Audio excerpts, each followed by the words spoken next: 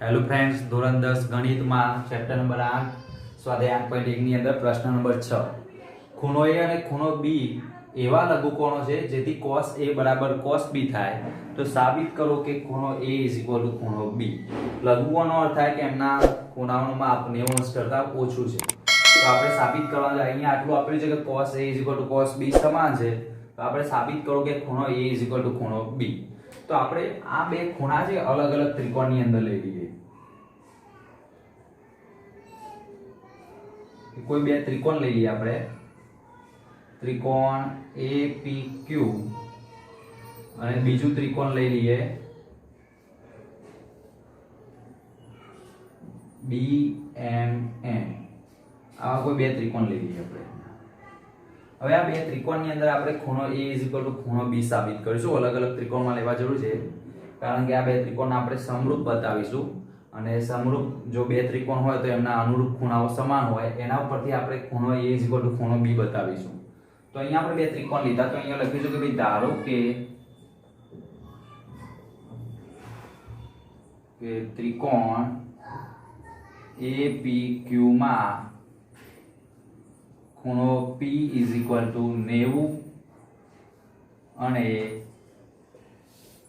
ત્રિકોણ BMN માં ખૂણો M = 90. આપણે અહીંયા ધારી લીધું, બરોબર.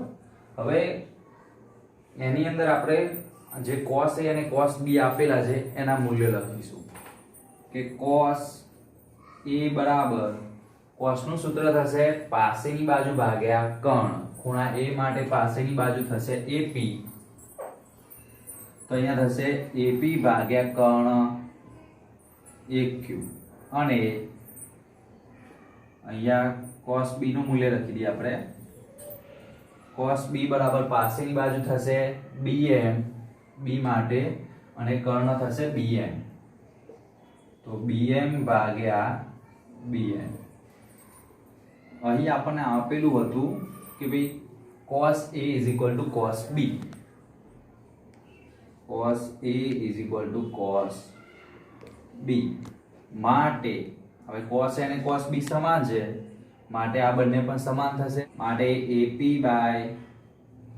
AQ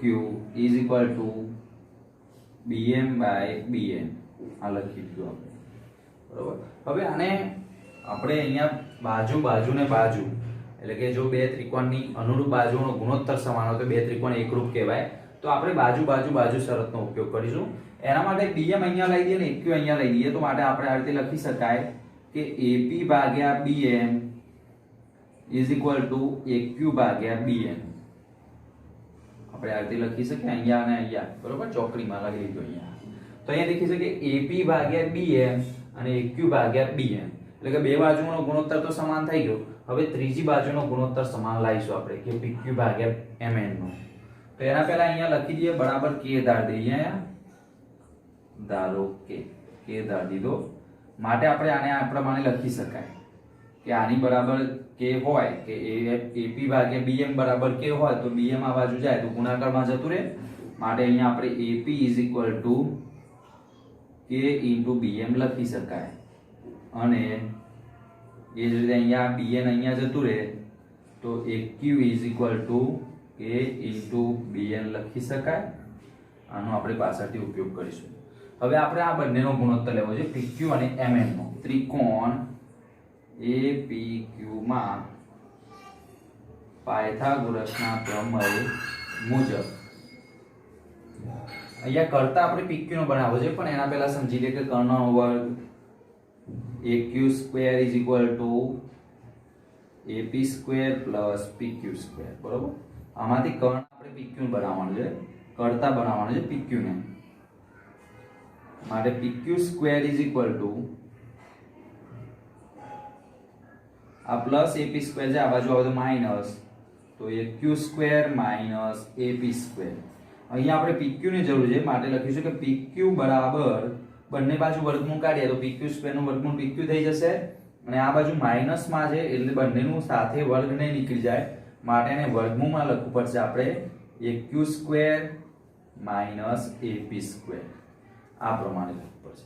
અહીંયા આપણે છે ને કિંમત મૂકી દઈએ PQ ની અંદર, AQ અને AP ની, એટલે કે જે આપણે અહીંયા લીધી હતી એ AQ અને AP ની. માટે આપણે અહીંયા લખી શકીશું આ રીતે કે માટે PQ બરાબર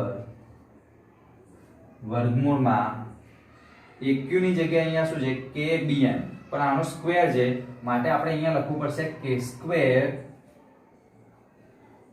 BN સ્ક્વેર માઈનસ એ જ રીતે હવે AP સ્ક્વેર, તો AP બરાબર KBN સ્ક્વેર છે તો અહીંયા પણ થશે K સ્ક્વેર BN સ્ક્વેર.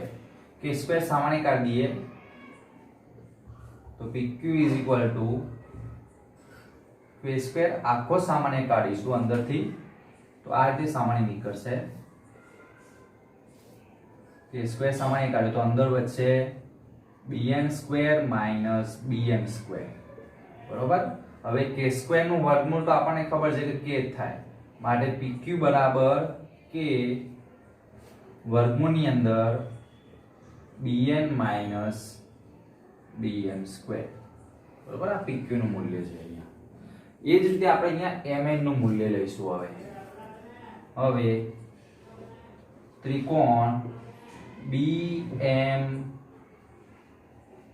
માં પાયથાગોરસના પ્રમેય મુજબ અહીંયા MN ને ડાયરેક્ટ કરતા બનાવી દઈએ તો MN ઇઝ ઇક્વલ ટુ આ પ્રમાણે, બરોબર.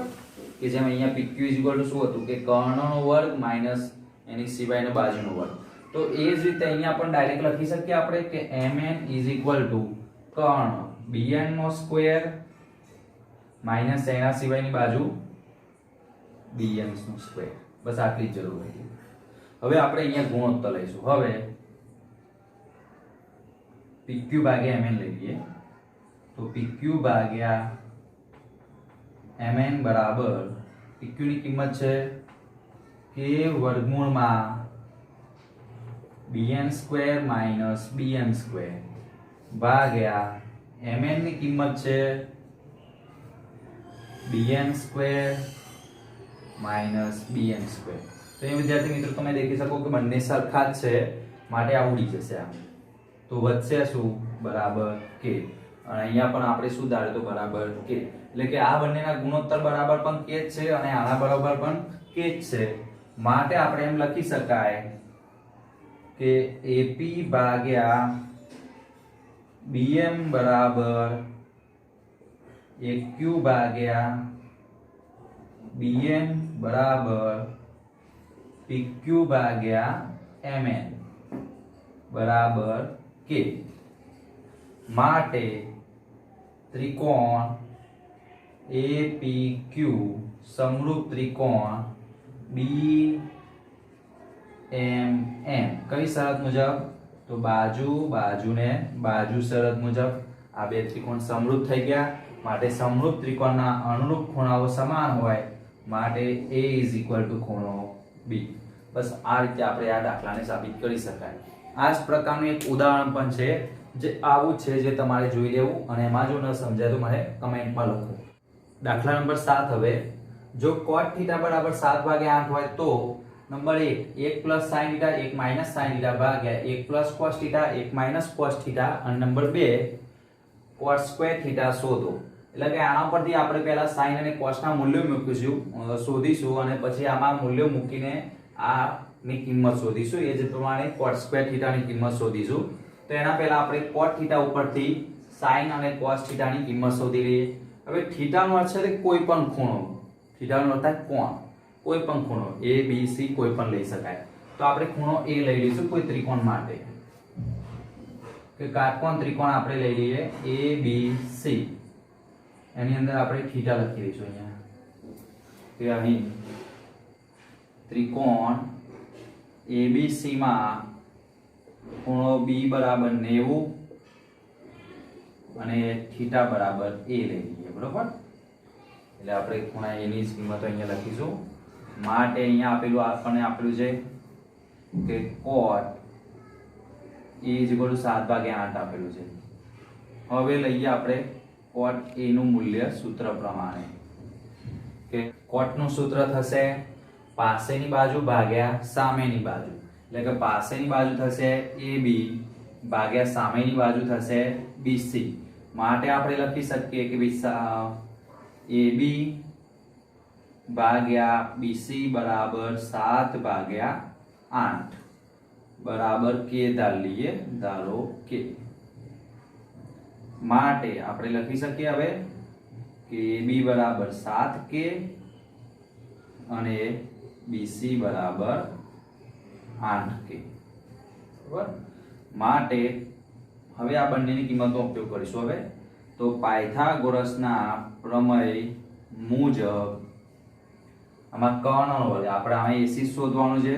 તો AC square is equal two AB square plus BC square. એટલે કે અહીંયા માટે AC સ્ક્વેર બરાબર થઈ જશે AB નો વર્ગ એટલે કે 7k નો વર્ગ પ્લસ BC નો વર્ગ એટલે 8k નો વર્ગ. 7 નો વર્ગ થઈ જશે 49 અને 8 નો સ્ક્વેર થઈ જશે 64. બંનેમાં આપણે k લખવાનું રહી ગયું તો k square plus 64k square બરાબર 49 પ્લસ 64 113k સ્ક્વેર. હવે 113 નું તો વર્ગમૂળ નીકળે નહીં માટે AC ઇઝ ઇક્વલ ટુ આ બાજુ વર્ગ કાઢ નાખ્યો એટલે કે વર્ગમૂળ કાઢ્યું તો અહીંયા k સ્ક્વેર નું વર્ગમૂળ તો k થઈ જશે પણ 113 નું વર્ગમૂળ ના નીકળે માટે વર્ગમૂળમાં 113. તો અહીંયા AC નું મૂલ્ય મળ્યું આપણને k વર્ગમૂળમાં 113. હવે આપણે cos અને sin ના મૂલ્યો શોધી લઈએ પહેલા પછી આની અંદર કિંમત મૂકીશું. તો અહીંયા થશે sin થીટા એટલે કે sin A બરાબર સામેની બાજુ ભાગે કર્ણ. સામેની બાજુ BC તો BC નું મૂલ્ય છે અહીંયા 8k અને ભાગ્યા કર્ણ તો કર્ણનું મૂલ્ય આપણને મળ્યું k વર્ગમૂળમાં 113. તો k ઉડી ગયો તો 8 ભાગ્યા વર્ગમૂળમાં 113. એ જ રીતે મેળવી લઈએ cos થીટા નું મૂલ્ય. નંબર 1 અહીંયાથી આપણે ચાલુ થાય છે.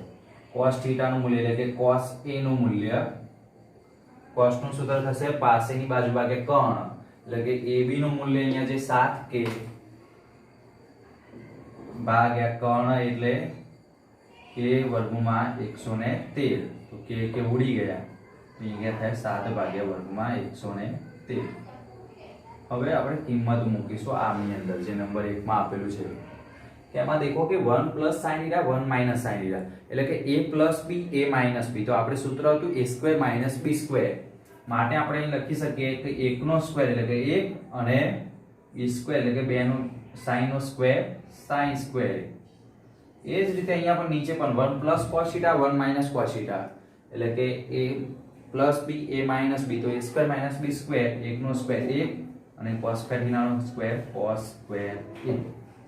હવે આની અંદર કિંમત મૂકીશું આપણે તો 1 માઈનસ sin સ્ક્વેર એટલે કે 8 ભાગ્યા વર્ગમૂળમાં 113 નો સ્ક્વેર ભાગ્યા cos સ્ક્વેર θ એટલે કે cos નો સ્ક્વેર એટલે કે 1 માઈનસ 7 ભાગ્યા વર્ગમૂળમાં 113 નો સ્ક્વેર.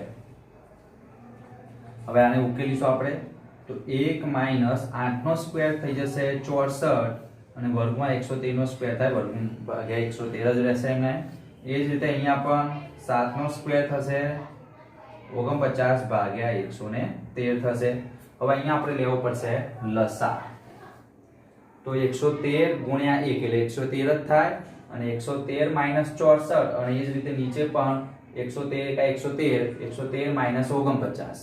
ઘણીવાર સમજી લઈએ 113 અહીંયા લસા લીધો એટલે 113 ગુણ્યા 1 થઈ જશે 113 એમાંથી 64 જાય 113 માંથી તો વધશે 49 અને ભાગ્યા 113 તો ખરા જ. અને એ જ રીતે નીચેની બાજુમાં પણ 113 એકા 113 અને 113 માંથી 49 બાદ થાય તો એ 64 વધે. તો 64 ભાગ્યા 113 છેદનો છેદ અંશમાં જાય એટલે કે અહીંયા ઉપર જતો રહેશે તો અંશ અને છેદ ઉડી જશે અહીંયા આ પ્રમાણે. તો વચ્ચે 49 ભાગ્યા 64 આ પ્રમાણે થઈ જશે. હવે એ જ રીતે નંબર 2 આ એકનો જવાબ મળી ગયો આપણને. એ જ રીતે નંબર 2 ની અંદર તો cot સ્ક્વેર a એટલે કે 7 ભાગ્યા 8 નો વર્ગ. 7 નો વર્ગ થઈ જશે 49 અને 8 નો વર્ગ થઈ જશે 64.